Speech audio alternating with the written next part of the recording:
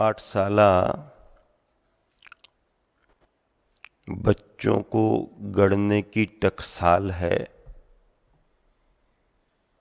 जैसे सिक्का कारखानों में ढलता है, बनता है, वैसे ही बच्चों को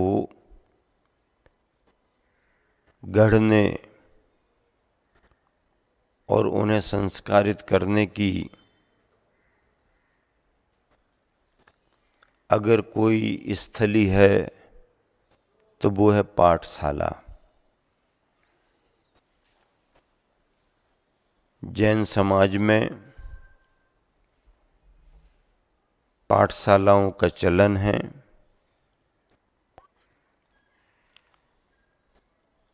हालांकि पढ़ाई के स्तर बदल गए हैं, बच्चों की व्यस्तताएं बढ़ गई हैं और घरों में मनोरंजन के साधन बहुत हो गए हैं, तो उनमें बच्चों का पाठशालाओं के प्रति रुचिवंत होना कठिन है। लेकिन अगर सामाजिक संयोजना की जाती है, पाठशालाओं का सुचारू प्रबंध और संचालन होता है, तो बच्चे आज भी पाठशाला में आने के लिए आकर्षित हैं। अब पुराने समय जैसी वो छड़ी छाप पाठशाला तो अब चलती नहीं है। कोई पंडित जी बैठे हैं, कोई पंडितानी बाई बैठी हैं और सब बच्चों को बैठ कर के पढ़ा रही हैं। वो पुराने जमाने में चल गया। अब नए जमाने में बदलाव चाहता है विद्यार्थी। विद्यार्थी को धर्म की शिक्षा के साथ साथ लोक व्यवहार में भी परिपक्व बनाना चाहिए। धार्मिक शिक्षण देने के साथ साथ उसे व्यवहारिक ज्ञान भी अच्छे से कराना चाहिए और खान पान आदि और अन्य वातावरणों में उसको जागरूकता लानी चाहिए।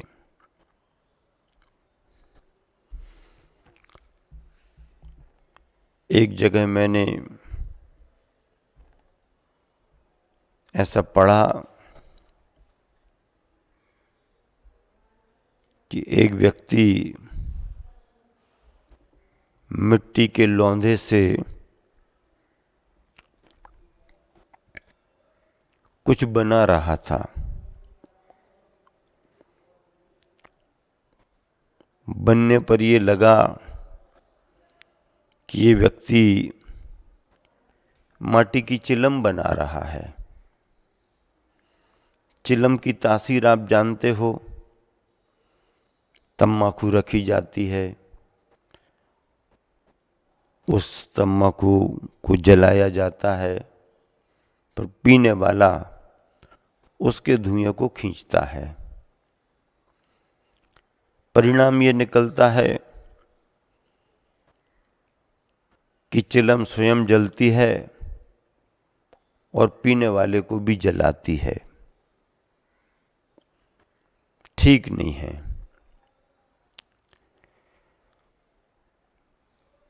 देखते ही देखते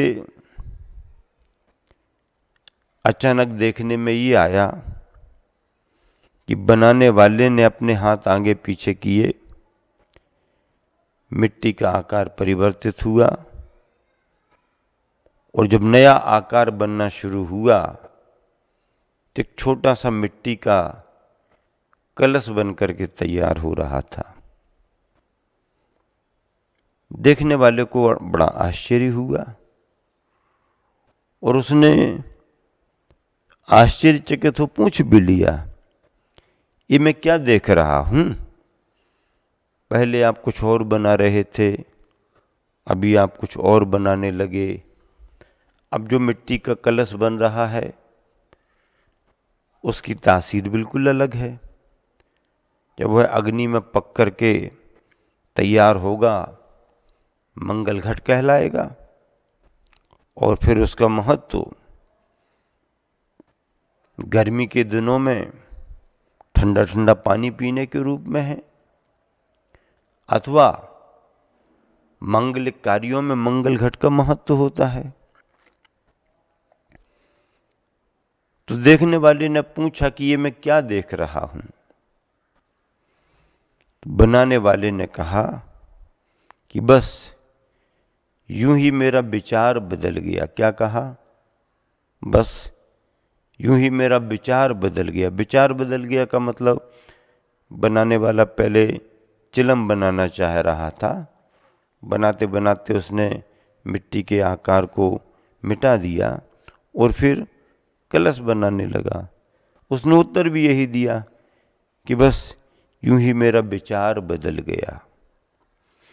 जैसे ही बनाने वाले ने कहा कि बस यूं ही मेरा विचार बदल गया, तो माटी के अंदर से आवाज आई, अरे तेरा तो केवल विचार बदला, मेरा तो संसार ही बदल गया। क्या?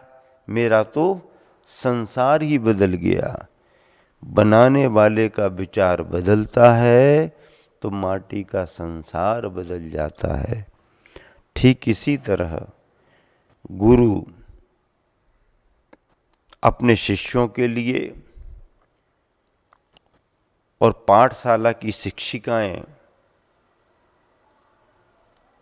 शिक्षक अपने पाठशाला के विद्यार्थी बच्चों के लिए जो भाव लेकर के तैयार करते हैं, उसका परिणाम ये कि इनके स्नेह से, इनके सहयोग से और इनके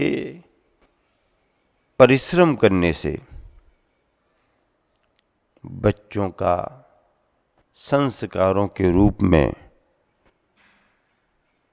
भाग्य बदल जाता है। मैं भी बचपन में पाठशाला में पढ़ा हूं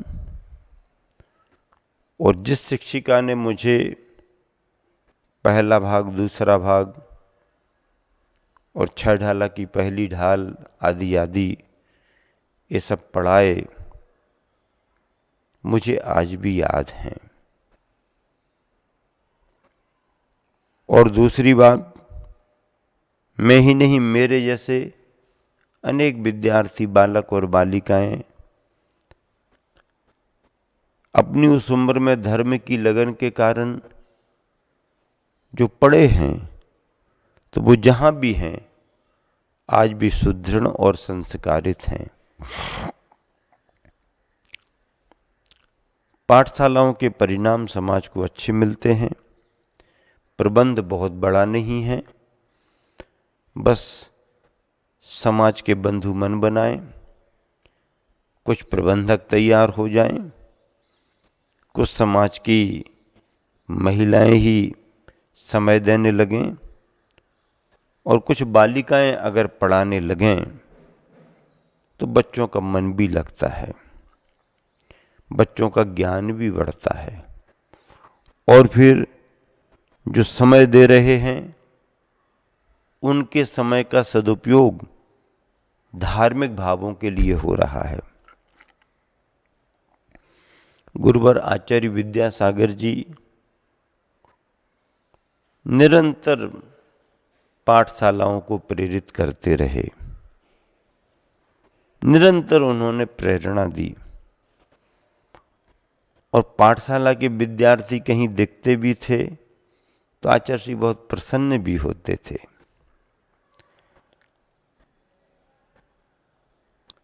अभी जितनी भी पाठशालाएं चल रही हैं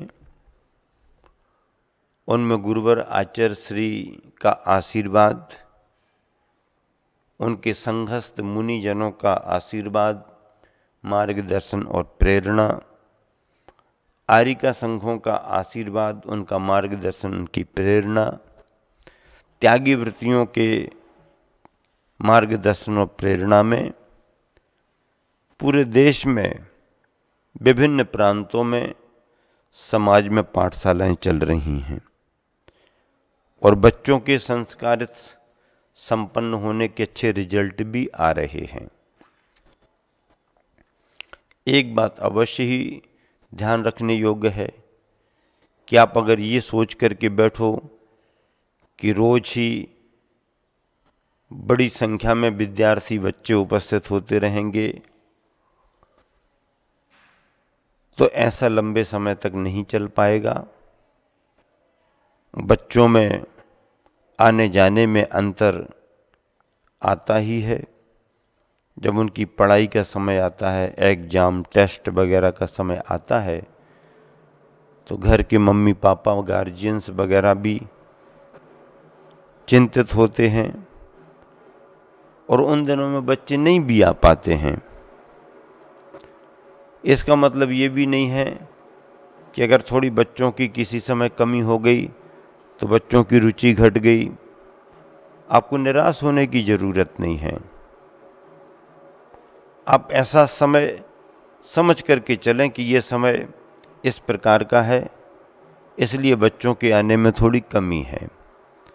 फिर दूसरी बात, अगर ऐसे समय पर भी बच्चों को बुलाना है तो कुछ ऐसा प्रबंध भी किया जाए कि पाठशाला में प्रारंभ में मांगलिक, नमोकार और कुछ धार्मिक शिक्षण देकर के फिर कुछ समय के लिए बच्चों के स्कूली कोर्स को भी कंप्लीट करा दिया जाए, जनरल कोर्स कंप्लीट कराया जाए।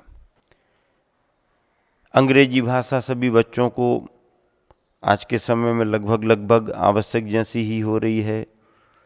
उसी से संबंधित सामान्य जानकारियां, गणित बच्चों के लिए जरूरी होती है तो सामान्य गणित सभी बच्चों से कर सकते हैं।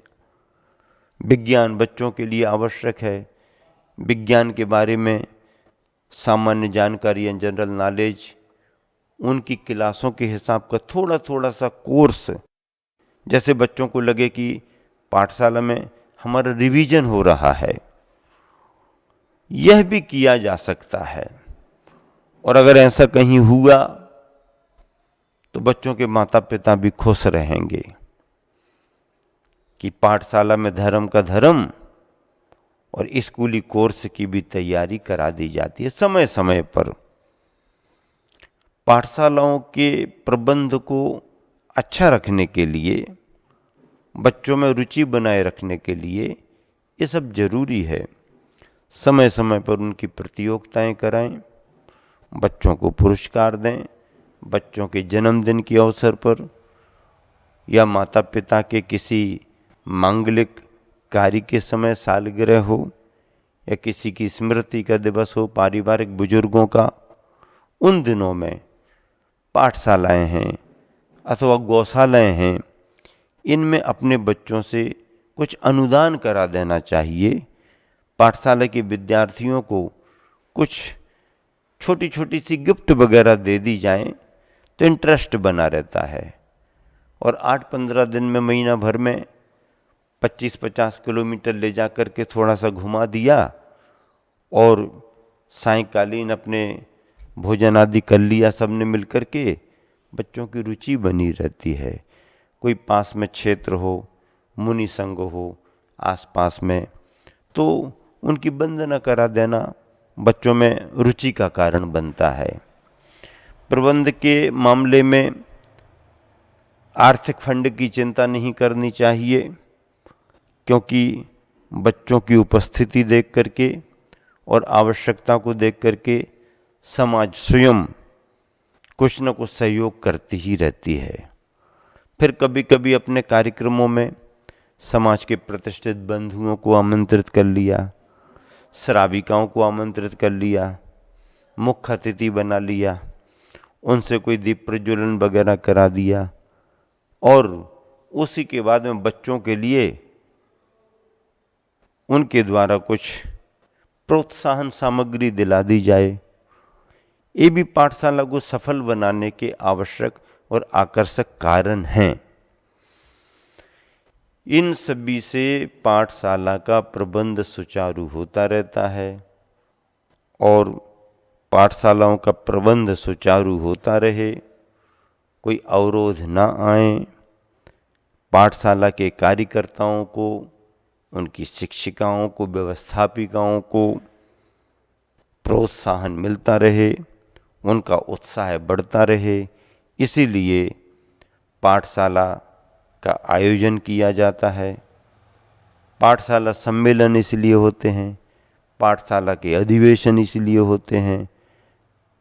पिछले वर्षों की तरह इस वर्ष भी पाठशाला का अधिवेशन रखा गया है और मध्य प्रदेश से पाठशालाएं जो निकट की हैं वो बच्चों की प्रस्तुति के साथ, और जो दूर दराज से हैं वो अपनी शिक्षिका और व्यवस्थापिकाएं के रूप में इस व्रती नगरी पिंडरी मंडला मध्य प्रदेश में इस अधिवेशन को रखा गया है। 2 दिवसीय अधिवेशन बहुत अच्छे से संपन्न होगा, उसकी तैयारियां चल रही हैं, उसकी व्यवस्थाएं बनाई जा रही हैं और प्रत्येक व्यवस्थापिका और शिक्षिका अथवा शिक्षकों के लिए प्रोत्साहन के रूप में अपने सहयोगी बंधुओं के द्वारा कुछ भेंट या गिफ्ट भी दी जाती है।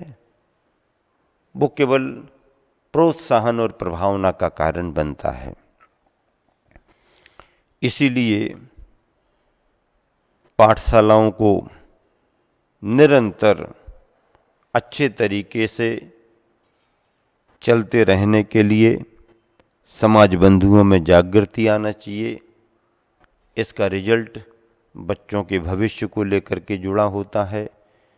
अगर आपने बचपन में बच्चों को धार्मिक शिक्षण नहीं दिया और लौकिक शिक्षण में आगे बढ़ते बढ़ते बड़ी बड़ी डिग्रियां ले ली और बहुत दूर चले गए, सामाजिक बैकग्राउंड खत्म हो गया, विदेशों में पहुंच गए, तो बच्चे बड़े बड़े जॉब में पहुंच जाते हैं पर धर्म के क्षेत्र में नींव उनकी कमज़ोर हो जाती है। परिणाम ये निकलता है कि वो धार्मिकता से दूर हो जाते हैं और भौतिक दुनिया में आगे बढ़ते रहते हैं। कभी कभी व्यसन बुराइयां भी उनके जीवन से जुड़ जाती हैं, समाज से उनके संपर्क टूट जाते हैं और उनका जीवन एक तरह से यूं ही अपना आगे बढ़ता रहता है। बच्चों को अगर जैन परंपरा का बोध ना हो, जैन कुल के कुलाचार का ज्ञान ना हो, खान पान की शुद्धि का ज्ञान ना हो, अभक्ष्य वस्तुओं के बारे में जानकारी ना हो, तो वो उससे कैसे बचेंगे। इन सब के लिए पाठशालाओं में बच्चों को पढ़ाना और उनका पढ़ना बहुत ज़रूरी है। एक बार अगर 2-5 साल तक बच्चे पाठशाला में पढ़ गए, फिर उसके बाद में वो कहीं भी चले जाएं, देश दुनिया के किसी भी कोने में चले जाएं, जब भी खड़े होंगे जैन धर्म का झंडा लेकर के खड़े होंगे और जब भी बात करेंगे महावीर भगवान की जय बोलते हुए जैनम जयतु शासनम और वंदे विद्यासागरम कहते रहेंगे।